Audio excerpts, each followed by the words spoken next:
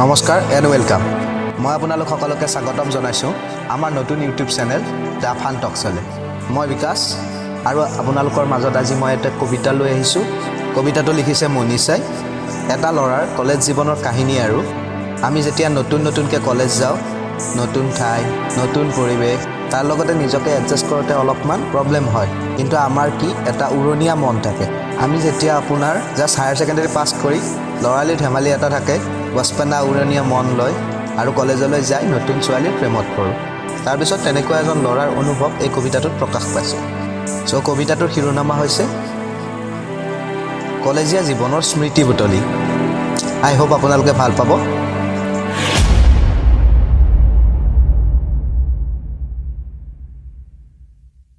সেই যে কলেজীয়া দিনবোৰ, ভাবিলেই কিবা এটা বেলেগ ভাল লাগে।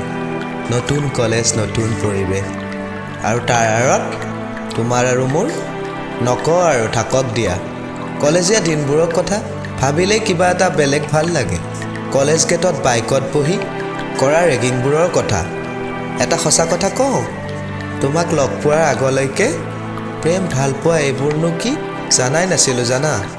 কলেজৰ প্ৰথম দিন, তুমি ক'লা ৰঙৰ বেগটোৰে সৈতে নীলা ৰঙৰ দুপাট্টাখন লৈ যে আহিছিলা খৰধৰকৈ বুলি 9 বজাৰ ক্লাছটোলৈ।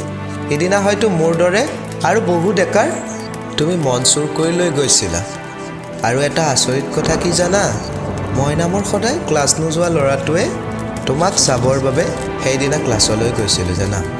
তোমাক হেঁপাহ পলুৱাই চোৱাৰ বাবে সেই বৰিং ক্লাছবোৰৰো লেকচাৰবোৰ শুনিছিলোঁ। তথাপিও আমনি নালাগিছিল জানা। সিদিনা ক্লাছত যে তুমি মোলৈ চাই হাঁহিছিলা, মনত পৰিলে কিবা ৰিমঝিম যেন লাগি যায়। প্ৰেমৰ অনুভৱবোৰ এনেকুৱাই চাগে ন। তুমি চাগে এই অনুভূতি কেতিয়াও অনুভৱেই কৰা নাছিলা। তেতিয়াই তোমাৰ কাজলখনা সেই চকু দুটিলৈ চাই অনুভৱ কৰিছিলোঁ এক বিচ্ছিন্নময়ী প্ৰেমৰ শিহৰণ। হয়তো তেতিয়া বুজি উঠিছিলোঁ 4 চকুৰ মিলনেই যে প্ৰেম হয়। কিজানিবা এয়াই আছিল সেই কলেজ দিনৰ অবিচ্ছেদ্য অংগ, মোৰ প্ৰেমৰ আধা লিখা প্ৰেম কাহিনী। সিদিনাই প্ৰেম নামৰ শব্দটিয়ে মনত এক বুজাব নোৱাৰা ঢৌৰ খেলা কৰিছিল জানা। তেতিয়াৰ পৰা ফ্ৰেণ্ডছবোৰে মোক জোকাইছিলে, ইউ আৰ চেঞ্জ। বাট কি জানা, মই চেঞ্জ হোৱা নাছিলোঁ।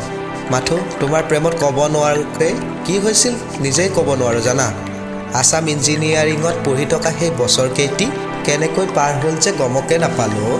তোমাক এৰি যাবৰ সময়ত মই অনুভৱ কৰিছিলোঁ কলেজীয়া জীৱনত খন্তেকৰ বাবে হ'লেও মনত জাগি উঠা কিছুমান অভূত স্মৃতিৰ কথা। প্ৰয়োজন বোধ কৰিছিলোঁ এটি ভাল ৰিজাল্টৰ। জীৱন বাটত সফলতাবোৰ বুটলি তোমাৰ নিজৰ জীৱনটোত একেবাৰে নিজৰ কৰি লোৱাৰ সপোন দেখিছিলোঁ। অশেষ কষ্টত ইঞ্জিনিয়াৰিঙৰ ফাইনেল এক্সাম দিছিলোঁ আৰু যিদিনা ৰিজাল্ট দিছিল তুমিতো জানাই, কলেজ ছিটত মোৰ নামটো প্ৰথমত জিলিকিছিল। কি যে আনন্দ লাগিছিল। ফ্লাইং লগা মনটোলৈ তোমাক বিচাৰি ক'ত যে যোৱা নাছিলোঁ। বাট তোমাক বিচাৰিয়ে নাপালোঁ জানা। এক হতাশ পৰা মন লৈ তাৰ পৰা গুচি আহিলোঁ। পিছত লগৰ এজনৰ পৰা গম পালোঁ you are in a relationship. সেইদিনা কি হৈছিল জানা, মোৰ হিয়াৰ অনুভৱবোৰ, মোৰ হিয়াৰ স্মৃতিবোৰ ভাঙি টুকুৰা হৈছিলোঁ। তৎসত্ত্বেও মই নিজক সংযম কৰি তোমাৰ সুখতে সুখ বুলি জীৱনত আগুৱাই যোৱাৰ পণ লৈছিলোঁ।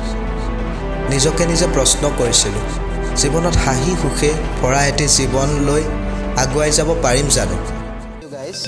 আই হোপ আপোনালোক সকলোৱে কবিতাটো ভাল পালে। ভৱিষ্যতেও আমাৰ এই চেনেলটো মটিভেশ্যনেল ভিডিঅ', কমেডি আৰু এনেকুৱা টাইপৰ কবিতা আহি থাকিব যিবোৰ heart broken, one sided love and romantic specially. So' আপোনালোকে আমাৰ চেনেলটোক ছাবস্ক্ৰাইব কৰক, লাইক কৰক এণ্ড শ্বেয়াৰ কৰক। যিবিলাকে এই কবিতা শুনি ভাল পায় এণ্ড এণ্টাৰটেইনমেণ্ট ভাল পায়, এনেকুৱা আৰ্ট আৰু যিবিলাকৰ হাৰ্টৰ লগত টাচ কৰা যেন পায় ন, তেওঁলোকৰ লগত প্লিজ শ্বেয়াৰ কৰক। Till the next video', bye, জয় আই অসম।